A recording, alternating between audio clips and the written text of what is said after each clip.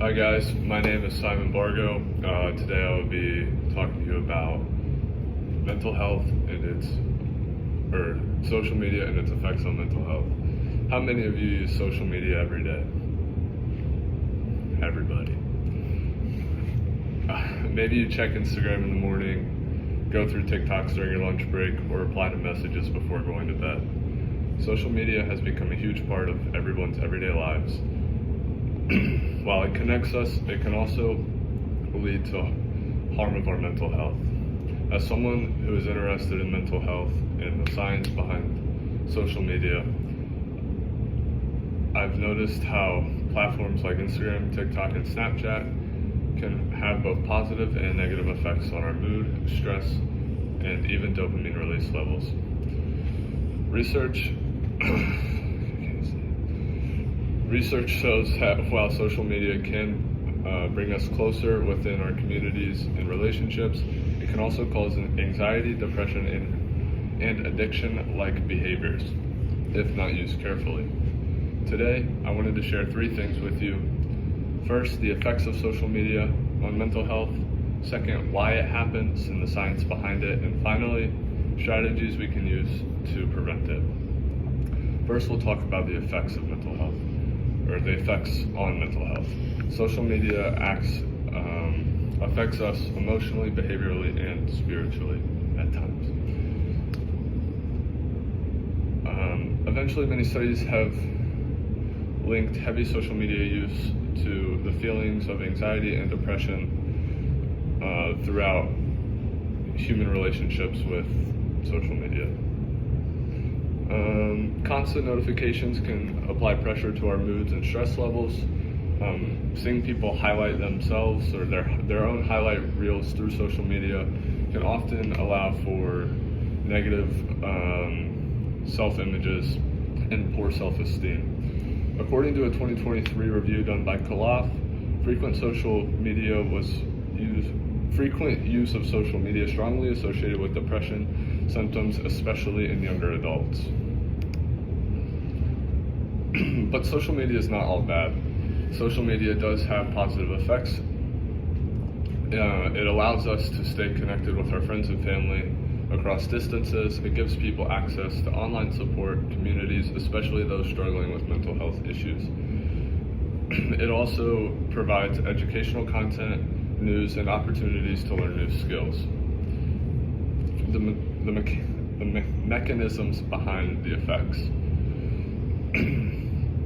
Part of the answer lies in how social media interacts with our brains. One key factor of this is dopamine, a chemical which is released in the brain, and it's like a reward.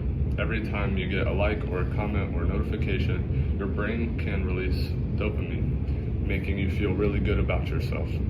This reinforces a cycle of checking your phone frequently throughout the day, causing poor habits that are hard to break.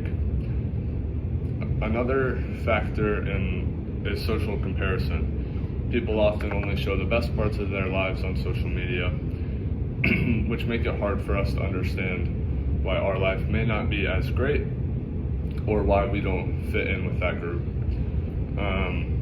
According to Taylor, there was a study done, or an article written in 2024, talks about social comparison on platforms is a major contributor to lower self-esteem.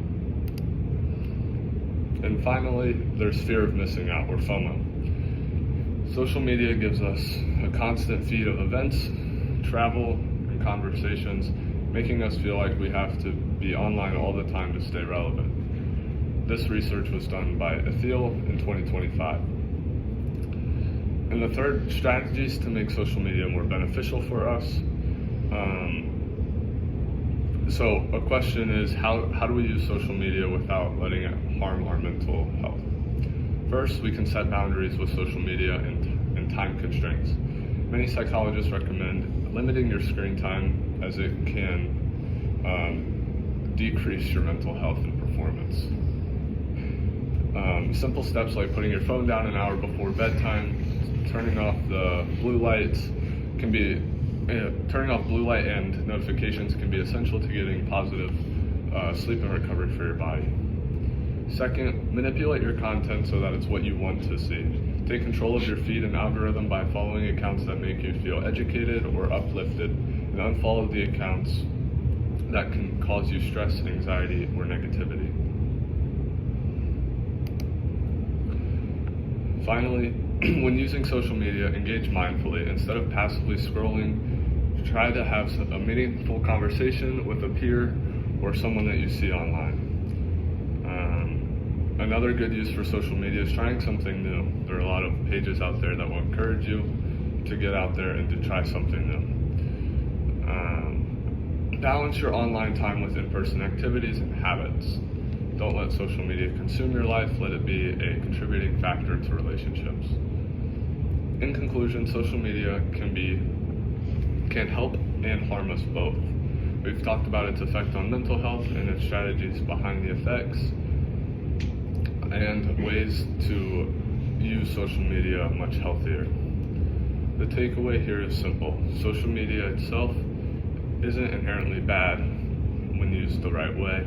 If you're using social media and following accounts that only post highlights of themselves and we are lowering our self-esteem, it is not quite worth it.